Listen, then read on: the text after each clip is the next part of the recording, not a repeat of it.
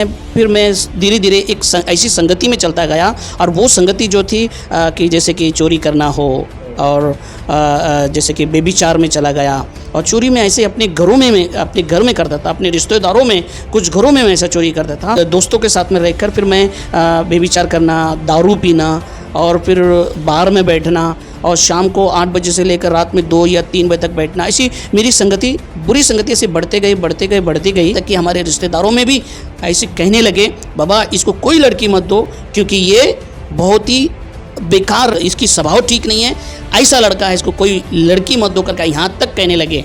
और मैं बहुत उदास होता गया, बहुत निराश होता गया, कुछ भी शांति नहीं है मन में, समाधान नहीं है और इसी रीति से मैं चलता रहता रहा मेरी ज़िंदगी। और एक दिन ऐसा आया कि हमारे गांव के लोग मिलकर हमारे बड़े पापा के घर में एक आराधना कर रहे थे। वहाँ हमारे एक बहन का घर था और एक बहन की घर थी। वो एक आराधना, वो तीनों घर वहाँ आराधना करते थे और वो आराधना करते थे कन्नड़ा में, जब वो गीत गाते थे और भजन करते थे वो लोग, जो झांझ और ताड़ा जो बजा कर करते थे। तो मुझे इन सब को देख कर ना मुझे बहुत थोड़ा अच्छा लगने लगा और एकदम ऐसा इंटरेस्ट मेरे को, ऐसा उनके मेरा मन उनकी ओर ऐसा खींचने लगा कि अरे मैं क्यों ना इनकी संगति में, थोड़ा मेरे को ठीक लग रहा है, वो संगति से ये संगति थोड़ा मेरे को अच्छा लग रहा है करके ऐसा थोड़ा थोड़ा मैं उनके बीच में बैठता गया, मैं आता गया, मेरे को इंटरेस्ट लगा। फिर ये करते करते तो मुझे एक बार एक पास प्रभु के दास के बारे में पता चला कि वो माई में आराधना चलाते हैं, हर बुधवार को माटूंगा माई में चलाते हैं करके। जब पता चला तो उनके पास में गया, उनका मेरा मुलाकात हो गया और उन्होंने उस दिन ना संदेश दी।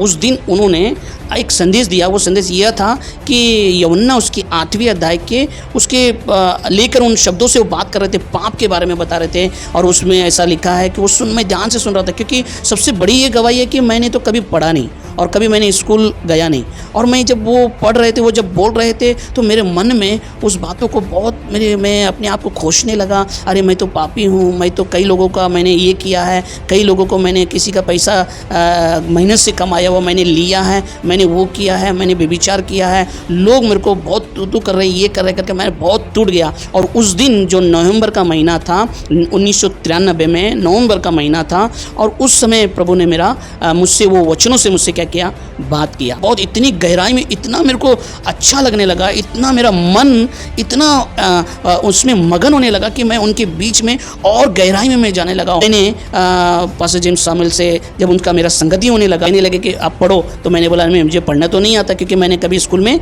गया नहीं। तो उन्होंने मुझे पहली बार, जब मेरे को शनिवार और संडे 2 दिन मिलते थे, उस समय मैं जाता था उनके संग, तो उन्होंने मेरे को बस के टिकट के ऊपर आ और ई ऐसे लिखते हैं करके मैं थोड़े दिन उसको ध्यान किया। उसके बाद मैंने यीशु कैसा, यीशु आपसे प्रेम करते हैं, यीशु ने कहा मत डर, यीशु आपके साथ में है। ये बस के टिकट, जैसे BST के बसेस थे, उस बस के टिकट पे ऐसे लिख कर देते थे मुझे। तो वो शब्दों को मैं घर आकर लिखने की कोशिश करता था। यीशु आपसे प्रेम करता है, यीशु आपसे कहा मत डर, ऐसे लिखने की प्रयत्न करता था। उस समय जब ऐसा मैंने पहली बार जब यीशु करके लिखा ना, मेरे को मन में इतना शांति आया, इतना समाधान आया। रोशनी रोशनी वो बनके आया, रोशनी।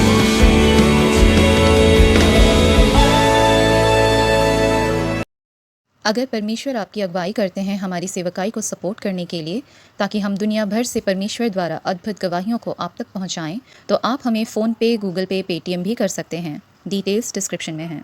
रीति से तो मेरा जो पालन पोषण इस मुंबई शहर में होने के कारण मैं यहाँ के फेस्टिवल जितने भी होते थे उसमें मैं मगन था, और उसी में मैं मेरा आना जाना, मेरा जो भी व्यवहार रीति से करना, ये सब कुछ मैं इसी रीति से करता था। तो करते करते करते फिर मैं धीरे धीरे एक ऐसी संगति में चलता गया, और वो संगति जो थी कि जैसे कि चोरी करना हो और जैसे कि बेबीचार में चला गया। और चोरी में ऐसे अपने घरों में मैं अपने घर में करता था, अपने रिश्तेदारों में कुछ घरों में मैं ऐसा चोरी करता था करके, और खर्चा कर लेता था और बोलता था। और वो लोग जब डराते थे, जब धमकाते थे, तो मैं बोलता था बाबा कुछ पैसे निकाल कर उनके झोपड़े में रख देता था, बाबा पैसे यहाँ आए हैं, इसको हिलाओ तो तुम्हारा पैसा मिल जाएगा। तो ऐसा वो डर के मारे मैं उसमें रख देता था। तो इस रीति से मैं करते करते, और फिर मैं जब पैसे नहीं मिलते थे तो अलग दोस्तों के साथ में रहकर फिर मैं बेविचार करना, दारू पीना और फिर बार में बैठना और शाम को 8 बजे से लेकर रात में 2 या 3 बजे तक बैठना, ऐसी मेरी संगति, बुरी संगति ऐसे बढ़ती गई और मैं बहुत उदास होता गया, बहुत निराश होता गया, कुछ भी शांति नहीं है मन में, समाधान नहीं है और इसी रीति से मैं चलता रहता रहा मेरी ज़िंदगी।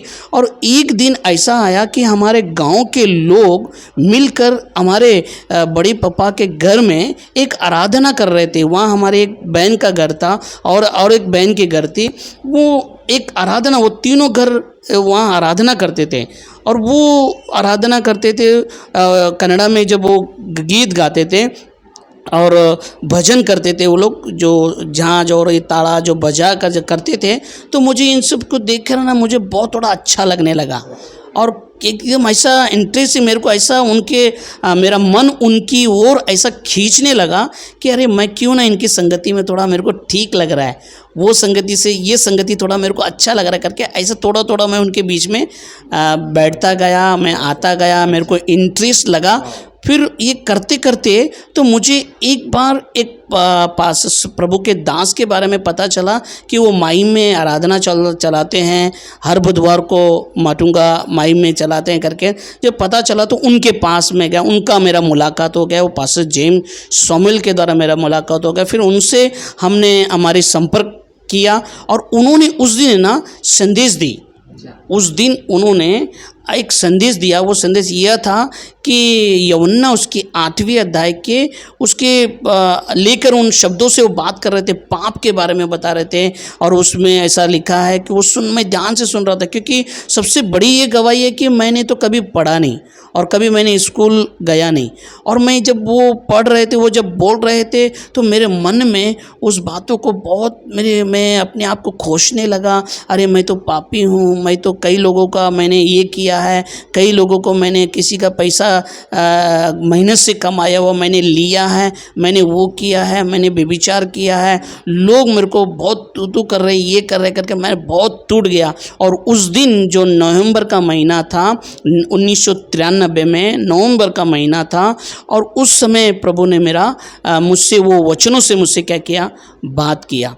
और वो वचन को लेकर जब धीरे धीरे पास्टर जेम्स सॉमुएल को हम कुछ हमारे एल्डर्स मिल के उनके साथ में जब बोले कि आप इस हमारे साकिना का जो अंधेरी ईस्ट में आता है, आप आइए, हम लोग एक संगति करेंगे, एक आराधना करेंगे। तो जब उनसे कहने लगा तो वो धीरे धीरे जब वो हमारे मध्य में आने लगे और हमारे मध्य में जब वचन बोलने लगे, प्रार्थना करने लगे, दुष्ट आत्मा निकलते थे और मैं देखकर बहुत इतनी गहराई में इतना मेरे को अच्छा लगने लगा, इतना मेरा मन इतना उसमें मगन होने लगा कि मैं उनके बीच में और गहराई में मैं जाने लगा।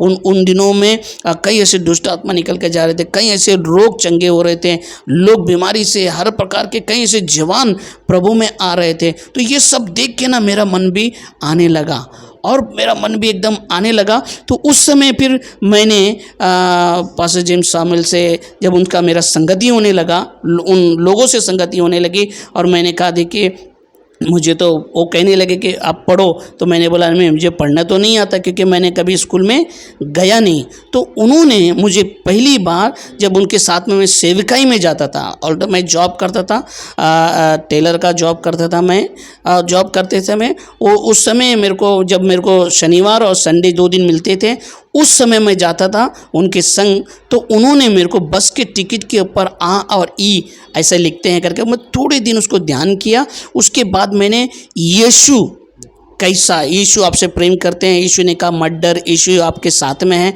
ये बस के टिकट जैसे BST के बसेस थे, उस बस के टिकट पे ऐसे लिख कर देते थे मुझे। तो वो शब्दों को मैं घर आकर लिखने की कोशिश करता था। यीशु आपसे प्रेम करता है, यीशु आपसे कहा मत डर, ऐसे लिखने की प्रयत्न करता था। उस समय जब ऐसा मैंने पहली बार जब यीशु करके लिखा ना, मेरे को मन में इतना शांति आया, इतना समाधान आया और मेरी इच्छाएं प्रभु में बढ़ती गई। और प्रभु ने इस रीति से मेरे को इतना बेहतरीन रीति से प्रभु ने ऐसा मेरे को प्रभु ने जो सिखाया। और उस टाइम में जब मैं वो पढ़ता था, एक वचन पढ़ने के लिए कम से कम मुझे 1 घंटा 1.5 घंटा एक वचन पढ़ने के लिए लगता था।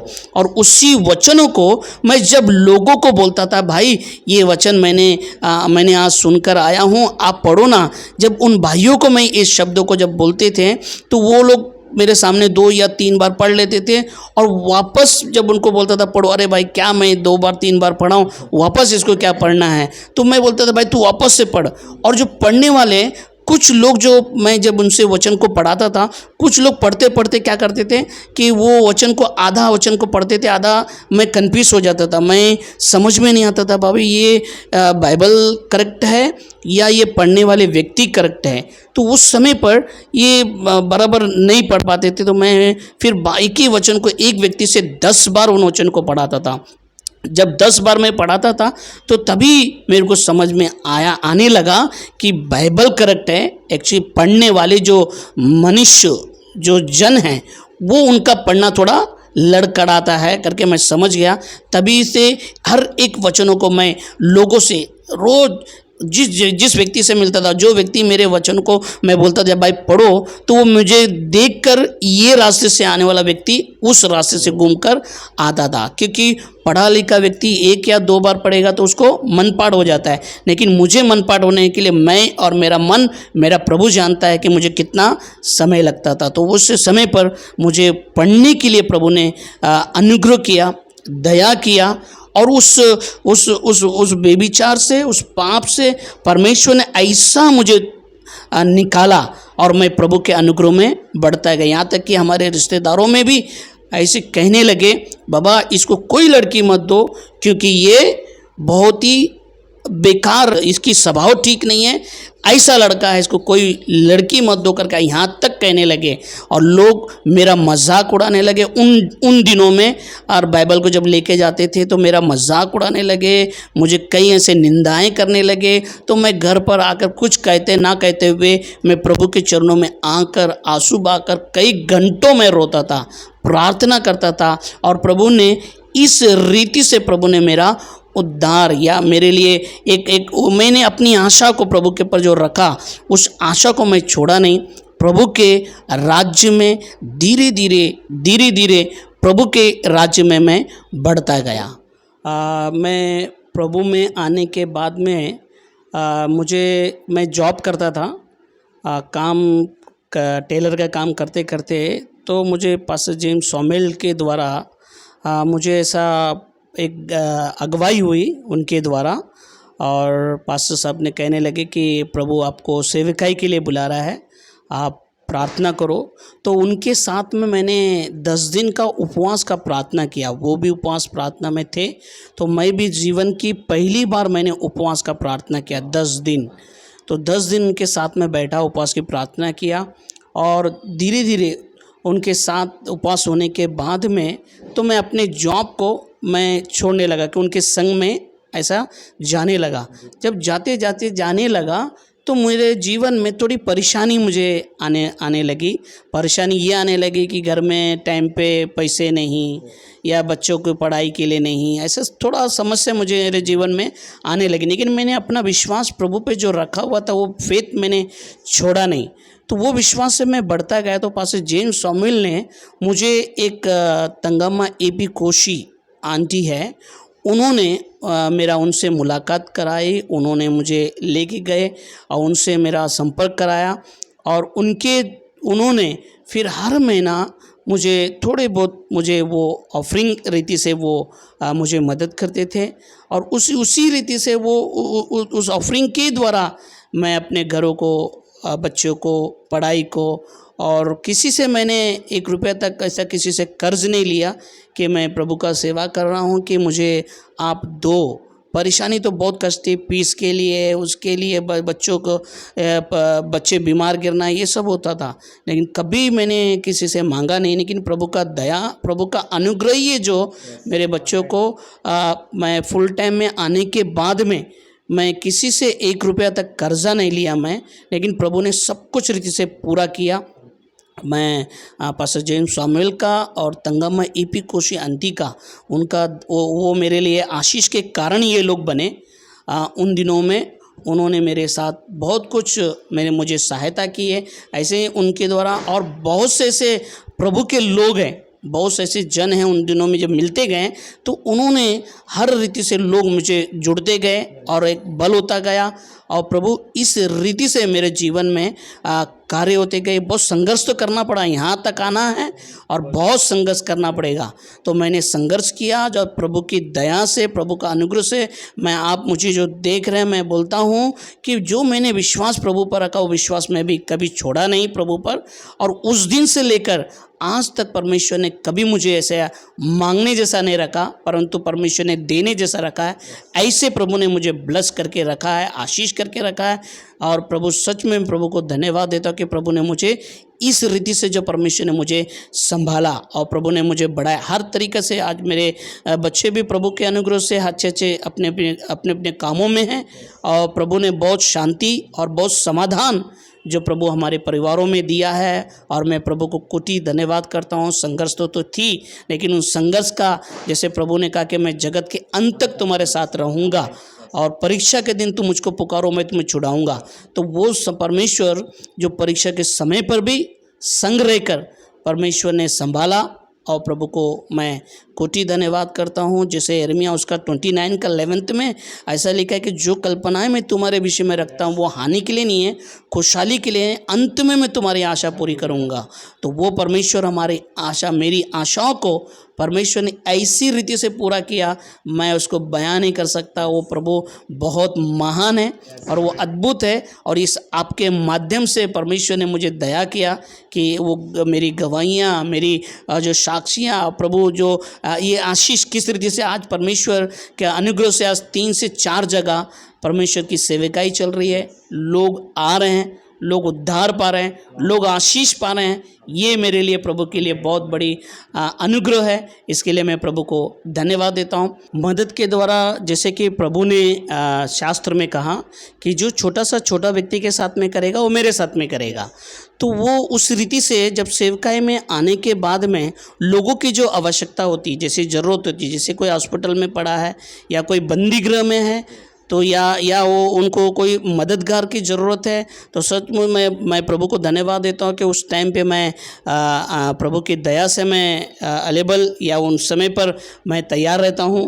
और कई ऐसे कोई हॉस्पिटल में बीमार थे, उनके लिए मैं जाकर उनके लिए जो मेरे से बन पड़ता था, तो मैंने कभी ऐसा नहीं सोचा भाई वो लोग हैं, ये लोग हैं, तो उनको मैंने सहायता किया, मदद किया। लेकिन आज उनकी प्रार्थना के द्वारा परमेश्वर मुझे सेवकाई में और आशीर्वाद कर रहा है।